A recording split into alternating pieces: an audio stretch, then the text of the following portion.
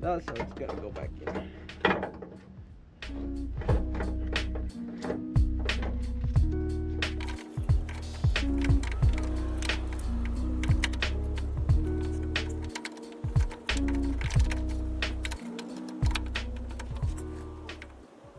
Eventually.